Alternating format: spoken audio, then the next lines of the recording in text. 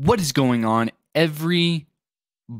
Welcome to a From Screen to Shelf review. This one's going to be relatively short. Today, we're going to be talking about the new Neon produced or distributed, horror movie Cuckoo. So, I usually avoid trailers, but there was at some movie I went and saw a couple months ago. It might have been Long Legs, honestly, and this rolled before that, and it looked super interesting. So I definitely wanted to see this sooner rather than later. I was super pumped for it. It looked really, really cool, unique, and I can definitely say that is something that we got. So this one's going to be purely spoiler free. I'm not going to talk really about any spoilers because there's really nothing spoilery that I think I really need to talk about. I think I can keep it pretty vague for the most part.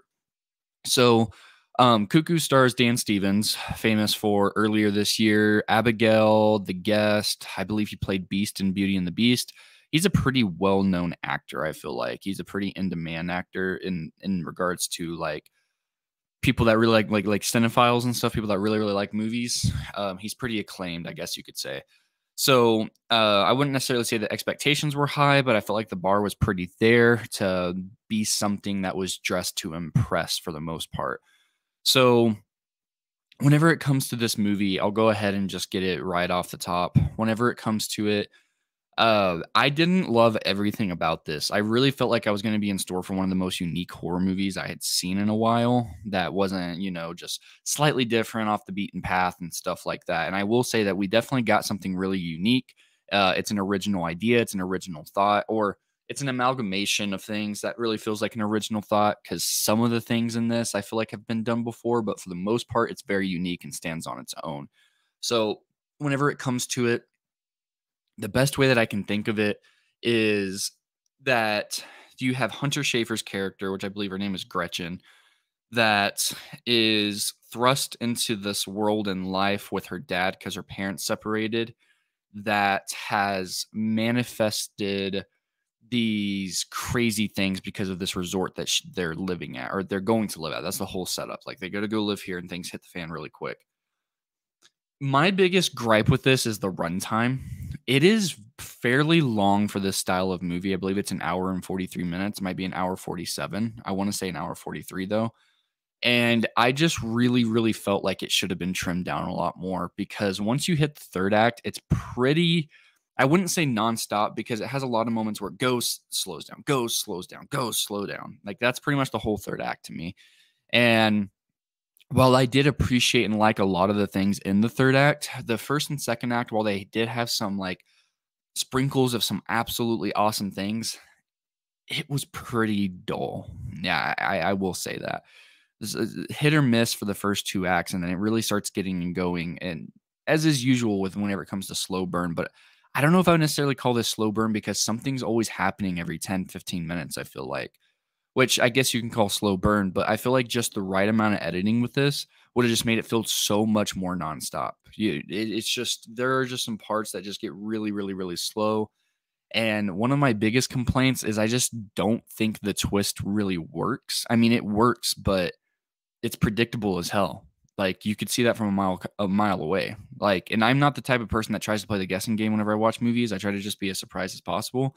And I just saw it from a mile away. It just was tropey, cliche. It just wasn't necessarily what I was hoping to get out of this movie. Now the premise of it is really cool. So like you have these what they deem to be like the evolution of species to a degree.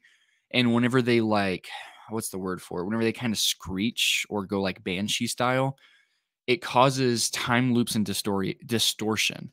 So like you'll relive the same thing over and over and over and over and over again. And I'm not talking about like a day on end, but like within seconds. So let's say like this is part of the movie, like you're passing a cigarette to somebody. You'll keep passing that cigarette to somebody and just goes over and over and over and over again. And you will realize it.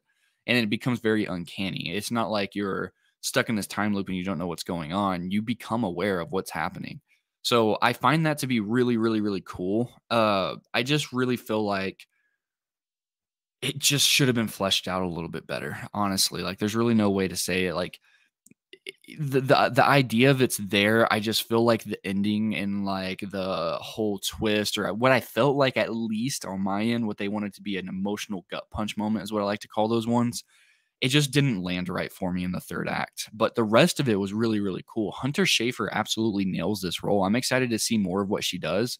I know that she's had some pretty solid roles in like the Ballad of Songbirds and Snakes, I believe is what she was in. And I know she was in something else that I've seen for sure because I was just looking it up before this, but it totally escapes me. So she's not an unknown actress, but I feel like this is really going to propel her to get more of these types of roles.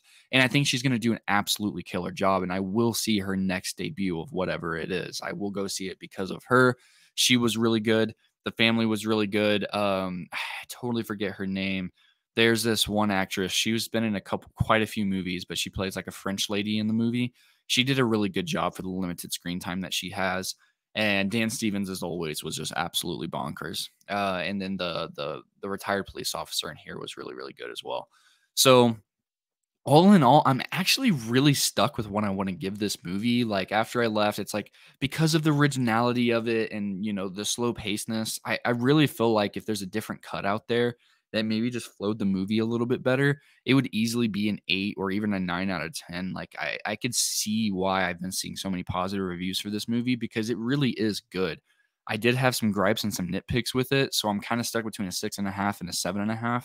So I feel like a 7 is going to be extremely fair.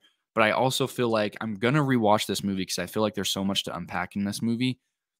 I mean, it's not like super loaded, but there's just so much that I probably could have missed. And I really feel like it could go up or down. I feel like I could go to an 8 on a rewatch, or I feel like it could probably go to a 5.5 or a 6 on a rewatch. But I definitely feel like it is a very solid movie that needs to be rewatched at least one more time after viewing it initially. So that's going to be my review on Cuckoo, guys. Thank you so much for tuning in. Stay tuned for some more awesome From Screen to Shelf content. Please make sure to like, comment, subscribe. Let us know down below what you want to see us do next time. Thank you so much, everybody. Be safe.